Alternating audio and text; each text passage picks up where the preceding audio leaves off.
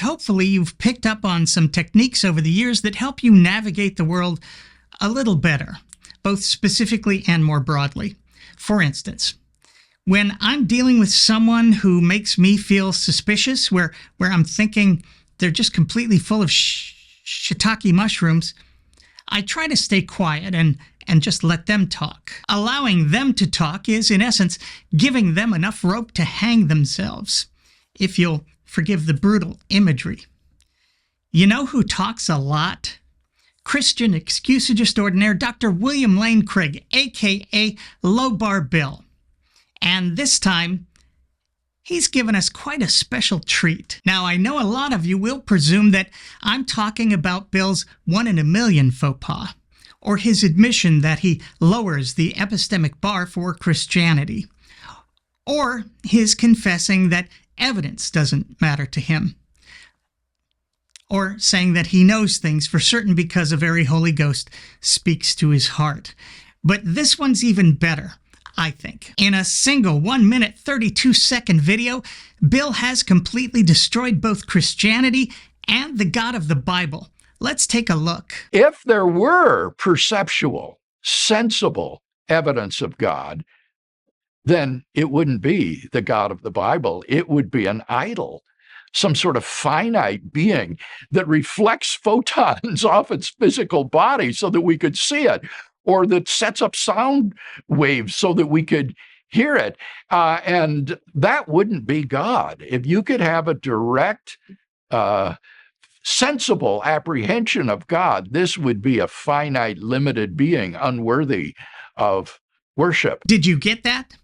If we could perceive God with our senses, if God reflected photons off his physical body, if we could hear God with our ears and our brains, blessed are the pure in heart. If we could apprehend God with our various faculties, that being would not be God. Conclusion? Jesus is clearly not God, at least not the God of the Bible. Nor can Jesus be God after the resurrection, because Jesus still has a body of flesh and bone. It was a literal, physical resurrection, according to Christians. Jesus came back and ate with his disciples. They touched him and even put their hands into his wounds, which is just gross. They sensed him like we sense everything else in the world. And Jesus must still have a physical body, otherwise what's the point of the resurrection? So Jesus is not God, according to Dr. Lobar. Good to know.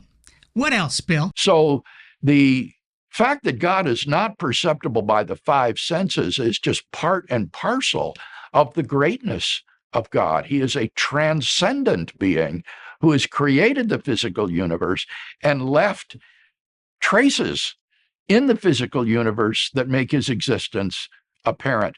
The great Swiss astronomer Gustav Tammann once said to me that it is as though, as physical science explores the universe, we encounter what he called signposts of transcendence, pointing beyond the physical universe to its ground in a transcendent creator and designer.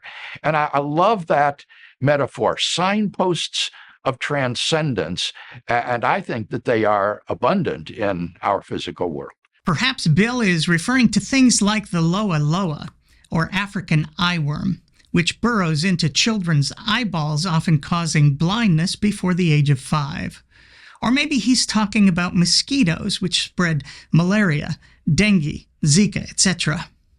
I'm truly curious. But I do know there's one place you won't find these signposts of transcendence: the Bible, which is exactly where you'd expect to find transcendence, since the Bible is God's holy word. Instead, you'll find anything but bear assassins, drowning and or murdered babies, young girls being killed because their hymen broke before intercourse, murder, rape, genocide, all done in God's holy name. Signposts of utter stupidity and colossal malevolence. So, once again, we have Low Bar Bill to thank for pointing us in the right direction. According to him, Jesus can't possibly be God because people apprehended him with their senses. Likewise, a God worthy of worship would and should be transcendent. And that's simply not the God of the Bible. So, thanks, Bill. Now, if you wouldn't mind, I'd really like to get my rope back. Once again, I'm me. Thanks for watching.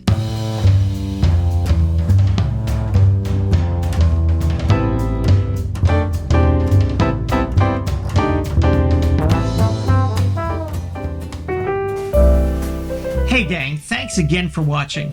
I just have a quick but important update to the benefits I offer those who become a patron of the Mr. Deity channel. On top of the blessings, the magification of your underwear, multiple chances to make a first impression, etc., I'm now giving both new and existing patrons a self-authenticating way to know that something you want to be true is true, wholly apart from the evidence, in honor of William Lane Craig. So if you're on a diet and you are just really craving one of those big chocolate chip cookies you can get at various venues, you'll now have a self-authenticating way to know that those chocolate chip cookies contain 0 calories, fat, cholesterol, whatever, wholly apart from the evidence. Use it for whatever you'd like. Turn your cheating spouse into a faithful, devoted companion. Rid yourself of those pesky concerns that Grandpa might be suffering from dementia. Remind yourself that your existence is the most important thing in the history of our universe. Hashtag self-authenticating. But whatever you do, don't miss out on this amazing offer. It will not last forever. At some point, I'll be dead. To all my wonderful patrons and everyone who's already helped out in whatever way, thank you, thank you, thank you, thank you, thank you, thank you, thank you, thank you, thank you, thank you, thank you, thank you. And I'll see you in my next video.